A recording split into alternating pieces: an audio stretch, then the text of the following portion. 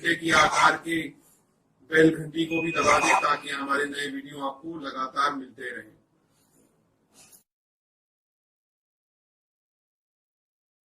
नमस्कार दोस्तों, धर्म रहस्य चैनल पर आपका एक बार फिर से स्वागत है। नवरात्रि के शुभ अवसर पर आज मैं आपके लिए एक मां के ही अनुभव को लेके आया हूं, जो कि एक अघोरी के गुरु का है।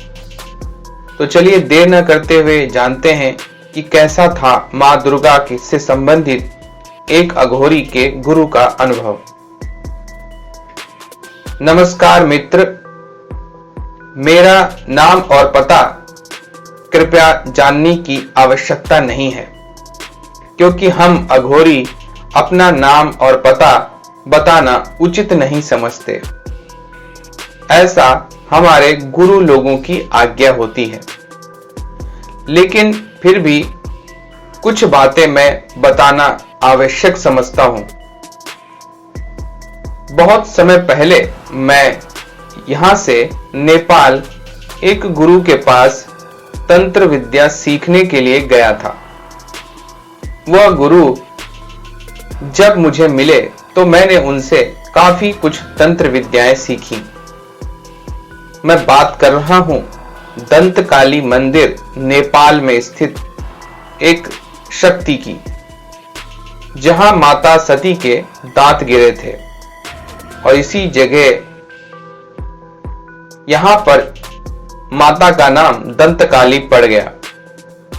यहां जो मूल मंदिर है वह नेपाल के बिजियापुर गांव में स्थित है, लेकिन बाकी बातें मैं छुपाना चाहूंगा।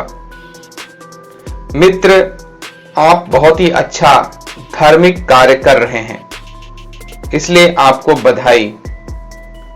मैंने अपने गुरु से उनकी साधना के दौरान घटित हुए अनुभव के बारे में जब पूछा था, तो उन्होंने जो बातें मुझे बताई वही मैं आपको बता रहा हूं।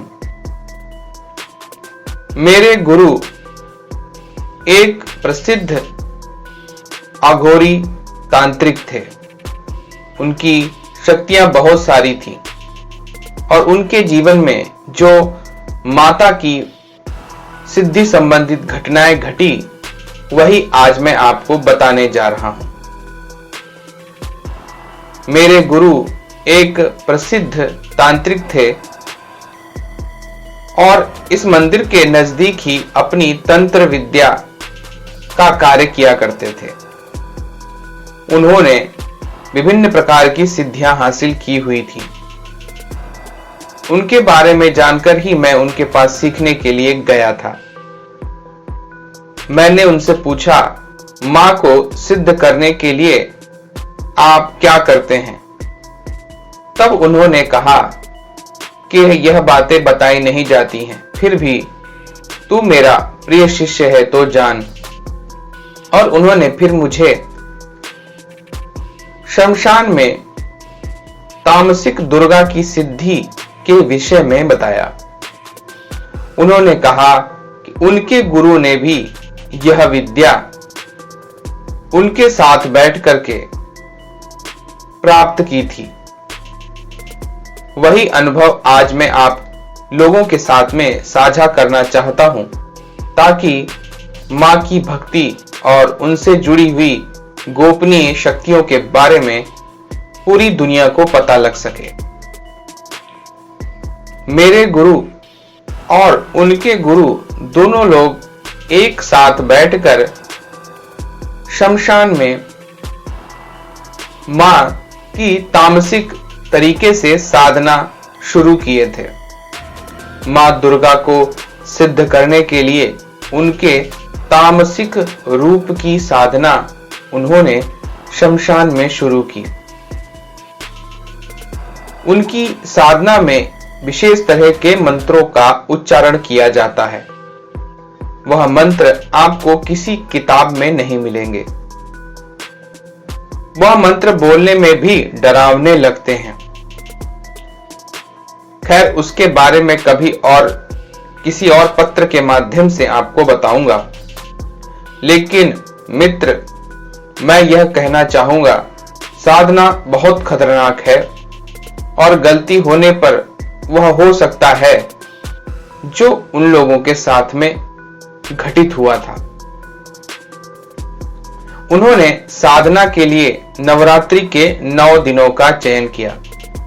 सभी लोग यह बात जानते हैं कि नवरात्रि में सभी प्रकार की तांत्रिक सिद्धियां प्राप्त की जा सकती हैं। उस दौरान कोई भी सिद्धि आप प्राप्त कर सकते हैं। इसीलिए माता के ये 9 दिन बहुत ही ज्यादा महत्वपूर्ण होते हैं।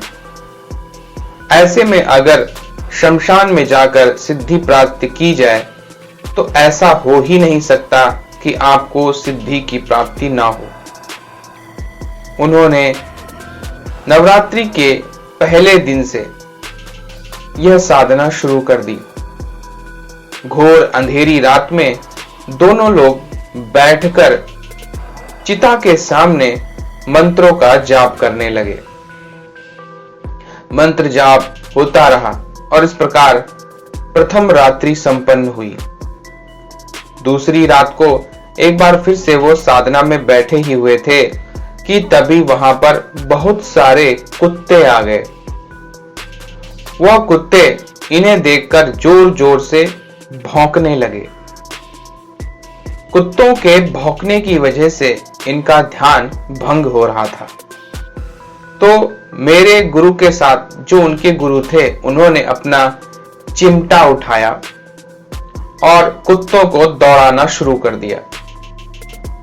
कुछ देर दौड़ाने के बाद कुत्ते वहां से हट गए और ये वापस आकर अपनी साधना में बैठ गए।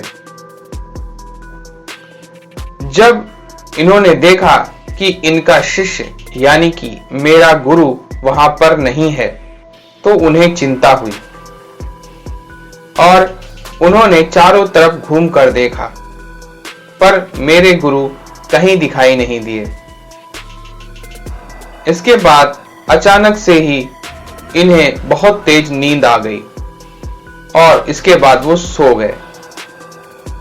सुबह जब वो उठे तो वो एक नदी के किनारे खुद को पाते हैं। वह नदी बहुत दूर थी।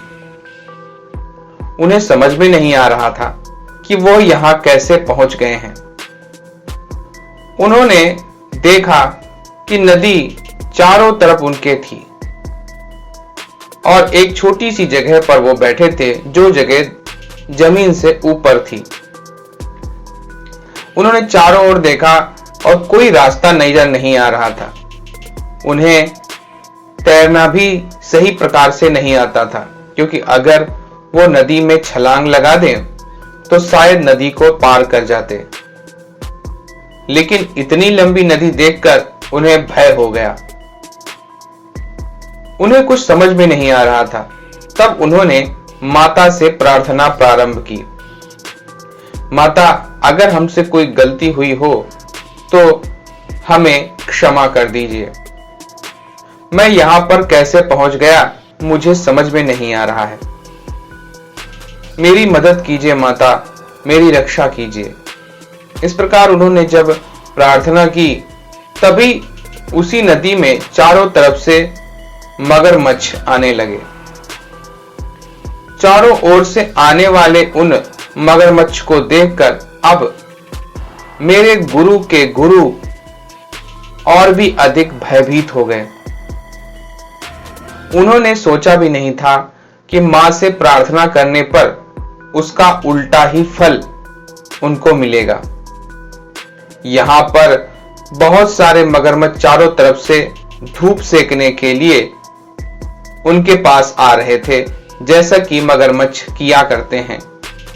जब मगरमच्छों को काफी समय पानी में हो जाता है तो ठंड के प्रभाव को कम करने के लिए वह किनारे पर आकर धूप सेकते हैं। समस्या यह थी कि धूप सेकने के लिए जो स्थान था वो काफी बड़ा नहीं था और बीच नदी में था, इसलिए वहां पर सब मेरे गुरु के नजदीक आ जाते। यानी कि मेरे गुरु के गुरु अब मगरमच्छों से घिर जाते और मगरमच्छ उन्हें अपना निवाला बना लेते। मौत नजदीक थी, इसलिए मेरे गुरु को यानी कि मेरे गुरु के गुरु को यह बात समझ में आ गई कि शायद उनसे कोई बड़ी गलती हो चुकी है। माता उनसे नाराज हैं, तभी वो ऐसी जगह पहुंच गए हैं। उन्होंने मंत्रों के माध्यम से माता को आवाहन देना शुरू कर दिया और लगातार मंत्रों का जाप करते रहे, लेकिन मगरमच्छों का उनकी तरफ आना नहीं रुका। चारों तरफ से जमावड़ा वहां पर इकट्ठा हो चुका था। अब उन्हें कुछ जब समझ में नहीं आया तो उन्होंने उसी स्थान पर बैठकर माता के मंत्रों का जाप करना शुरू कर दिया और लगातार वो मंत्रों का जाप करने लगे। उन्होंने इस बात की चिंता नहीं की कि अब मगरमच्छ उनके साथ क्या करेंगे, और हुआ भी वैसे ही। सारे मगरमच्छ उनके चारों तरफ इकट्ठा हो गए। तभी एक मगरमच्छ इनके बिल्कुल पास आकर इनकी गोदी में अपना सर रख दिया। उन्होंने हल्के से आंखें खोलकर देखा तो मगरमच्छ उनके गोदी पर अपना सिर रखकर मुंह खोलकर अपने शरीर की ठंडक को दूर कर रहा था। वो जानते थे अगर वो थोड़ा भी हिले डुले तो शायद इसे गुस्सा आ जाए। शायद ये अभी भूखा नहीं है, इसीलिए इसने अभी तक वार नहीं किया है, लेकिन कब तक? कभी तो यह वार करेगा। और अगर इतने सारे मगरमच्छ हैं तो इनके शरीर के टुकड़े टुकड़े हो जाएंगे। इसी समस्या में घिरे वह कुछ समझ नहीं पा रहे थे। उन्होंने फिर वही किया, क्योंकि उनके पास और कोई रास्ता भी नहीं था। उन्होंने मंत्रों का जाप करना शुरू कर दिया और बहुत ही तेजी के साथ में वह मंत्रों का जाप करने लगे। मंत्रों के जाप से ऐसी प्रतिध्वनि उत्पन्न हो रही थी जैसे कि चारों ओर का वातावरण ही बदल रहा हो। तभी उन सारे मगरमच्छों में से एक मगरमच्छ इनकी ओर बड़ी तेजी से लपका। इन्होंने आंखें खोलकर देखा तो उन्हें ऐसा महसूस हुआ कि कोई मगरमच्छ अब भूखा है और वह मगरमच्छ इन्हें खाने के लिए बहुत ही तेजी से इनकी ओर दौड़कर आ रहा है और वह बहुत तेजी के साथ इनकी ओर झपट्टा मारते हुए इनको पकड़ने के लिए आ चुका था। आगे क्या हुआ मैं तुरंत ही अगले पत्र में आपको बता दूंगा। प्रणाम मित्र। तो देखिए यहां पर इनके गुरु के जीवन में एक तांत्रिक साधना के दौरान घटित हुए अनुभव को इन्होंने भेजा है। अगले भाग में हम लोग जानेंगे कि किस प्रकार इनके गुरु के जीवन में बदलाव आया, कैसे वो इस समस्या से पार हुए। तब तक के लिए जय माता दी। आप सभी का दिन मंगलमय हो। धन्यवाद।